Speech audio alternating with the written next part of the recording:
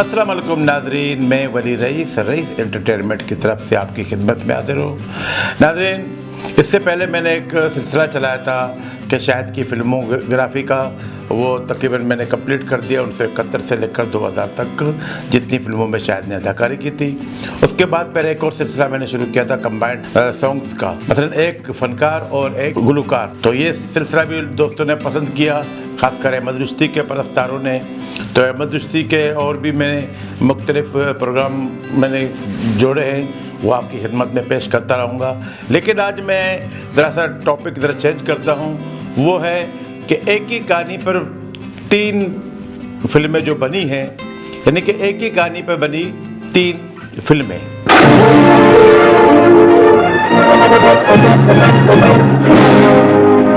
जी हाँ, और तीनों मुख्तलिफ ज़बान की, उसमें राइटर सिर्फ 2 हैं।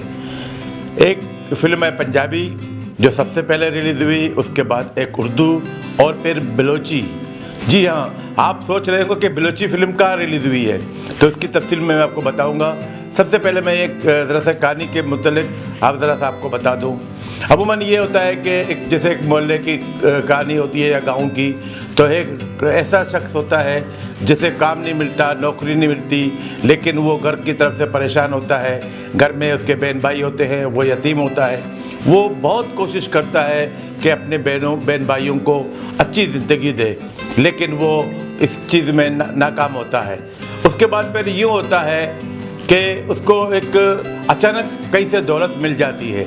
जब दौलत मिल जाती है तो बड़ा खुश होता है और बड़ा नाचने गाने लगता है, बताता है जिन से उन्होंने कर्ज लिया है सबको बताता है कि मैं आपका कर्ज सुबह लौटा दूंगा। आप सब लोग परेशान होते हैं कि इसको ऐसी क्या चीज़ मिली।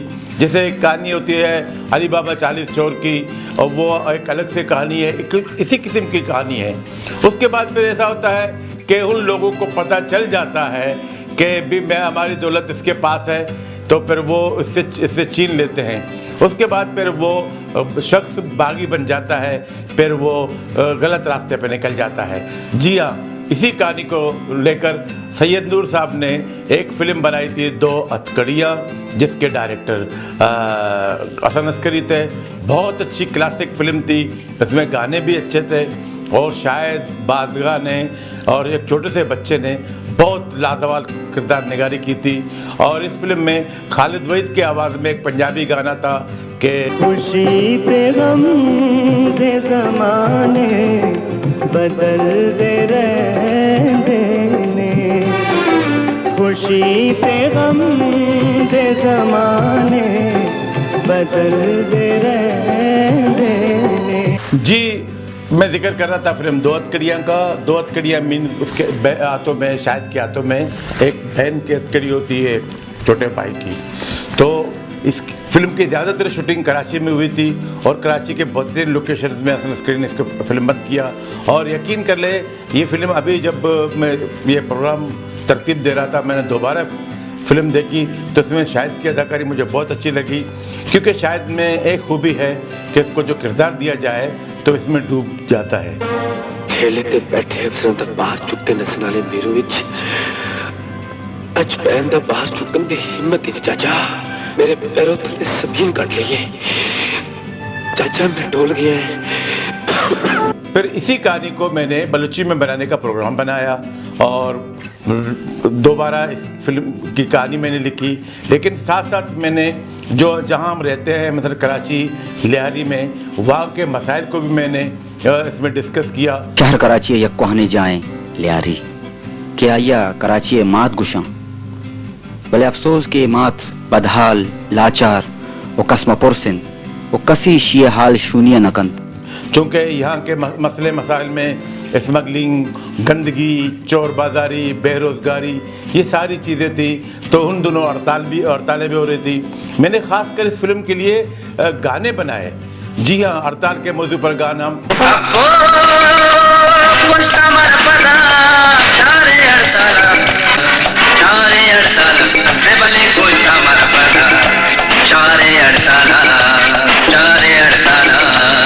और भीख मांगने के अंदाज में मैंने गाना बनाया। रहना गली गली रुलाना, लोग लोगा माँ पिंडाना, लोग लोगा माँ पिंडाना, फकीर जाना। और इस फिल्म में मैं जो किरदार अदा कर रहा था वो शाहिद वाला ही किरदार अदा कर रहा था, लेकिन फिर मेरे चंद दोस्त जिनको मैंने इसमें कास्ट करना चाहा तो उन्होंने जब मना किया तो फिर मैंने इसको डबल रोल किया।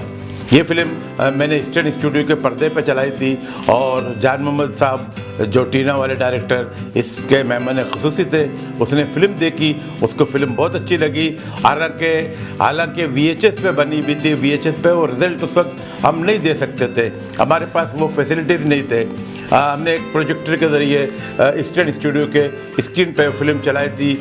अंधेरा था, लेकिन जान मोहम्मद साहब को उसकी कहानी, उसकी डायरेक्शन, उसकी जो फिल्म, जो उसका स्क्रीन प्ले है वो इतना अच्छा लगा तो जान साहब ने बहुत मुबारकबाद दी।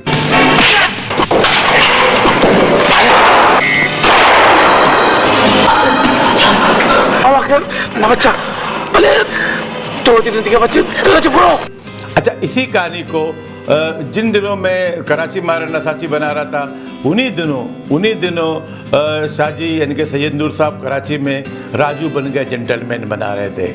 जी हाँ, यही कहानी राजू बन गए जेंटलमैन। इसमें रेम्बो को और मीरा को और लैला को उन्होंने मेन मरकज़ी किरदार दिया और जो किरदार शाहिद का था वो रेम्बो कर रहा था। लेकिन जब मैं यही कह रहा हूँ ना कि मैं दोबारा जब ये प्रोग्राम बना रहा था, प्रोग्राम की सेटिंग कर रहा था, तो मैंने दोबारा फिल्म देखी तो मैंने देखा कि ऐसे लग रहा था कि शाहजी ने इस फिल्म को निपटाया है। उसमें इतने तवील सीन और आसिफ खान, अदीब और असलम लाटर को इस तरह ज़ाया किया और गाने भी कोई ख़ास नहीं थे और रेम्बो को कुली चूट दी थी। ओ भाई कर दे, हम भी तेरे साथ रेस में बेइज्जत हुए हैं। इधर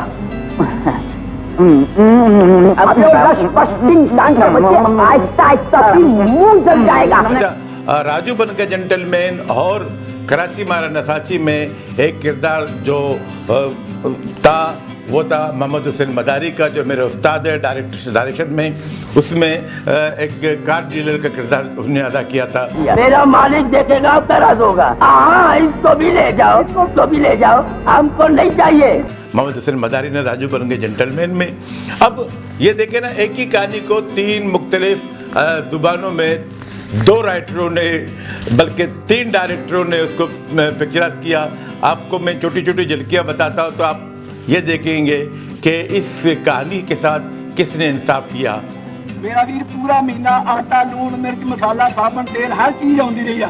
रुपया पा ला के 200 बनता ते मेरे हाथ पड़ा, मैं जाके सौदा पत्ता लिया। मेरू यार ਇਹਦਾ ਹਿਸਾਬ ਮੁਕਾ ਮੈਨੂੰ ਤੇ ਅੱਜ ਪੈਸੇ ਲੈ ਕੇ ਹੀ ਜਾਣੇ।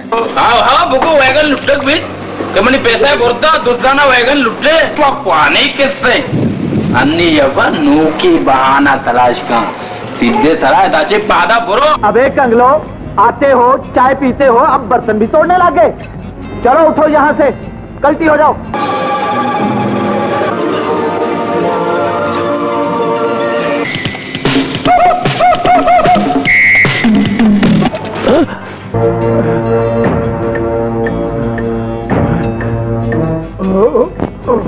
मैं कोई रिस्क नहीं लेना चाहता। तुम क्यों है ऐसे खूबसूरत हत्ता नाल एक गंदे भांडे मांजिंग, भांडे मांजिंग।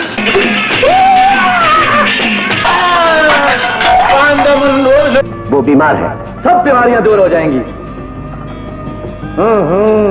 कितना गंदा घर है ये, कितनी बू आ रही है इस घर से। ये क्या है?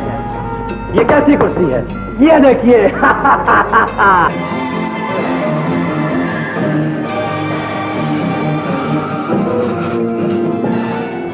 बेवकूफ न बन, ये जिंदगी रोज रोज नहीं मिलती।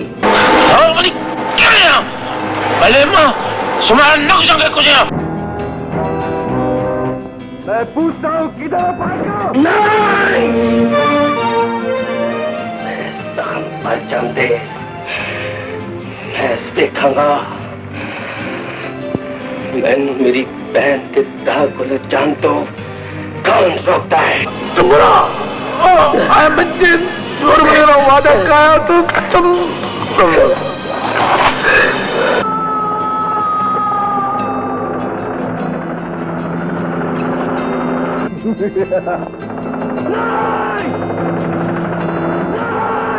मैंने बहुत कोशिश की कि एक अच्छी फिल्म बनाओ, और यकीन कर लो जब 96 में जब इस फिल्म की जब फिल्मबंदी हो रही थी तो उसी दौरान शहीद सुल्तान रही का जो कत्ल हुआ, जो उसको शहादत नसीब हुई, वो 9 जनवरी के दिन में ईस्टर्न स्टूडियो में शूटिंग कर रहा था।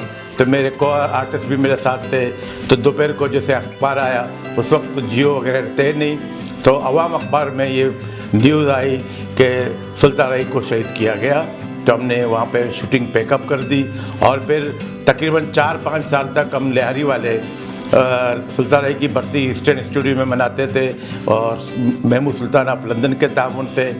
और इस फिल्म की ये भी बात है कि 96 में मैंने इस फिल्म पे तकरीबन 1 लाख रुपए लगाए थे VHS पे। जी हाँ, क्योंकि इस पूरी फिल्म की मैंने डबिंग की थी, बैकग्राउंड म्यूज़िक दिया था, और मेरे आर्टिस्ट भी बहुत सारे आर्टिस्ट इसमें शामिल थे। वो तमाम आर्टिस्ट दोस्ताना तौर पर मेरे साथ शामिल थे, और किसी को मैंने पेमेंट नहीं की, लेकिन खाना पीना फिर कन्वेंस वो सारा सब कुछ एक बहुत बड़ा वो था, सिलसिला था। तो मेरी फिल्म में उन तमाम दोस्तों का मैं शुक्रिया अदा करता हूँ इस प्रोग्राम के ज़रिए कि उन्होंने बहुत मेरे साथ ताउन किया। कराची मारदासाची अगर आज यूट्यूब में मौजूद है, शानदार एंटरटेनमेंट में मौजूद है, अगर आप देखेंगे तो आपको लगेगा कि वाकई एक फ़ीचर फिल्म हम देख रहे हैं। तो उस वक्त अगर हमारे पास ये DSLR कैमरे ये सारी चीज़ें होती तो शायद मैं उससे अच्छी फिल्म बना सकता था। तो नाज़रीन, एक ही कहानी पर बनी 3 फिल्में मैंने आपके सामने बयान कर दिए। तो इसके साथ ही वली रईस को इजाज़त दीजिए। अल्लाह हाफिज़।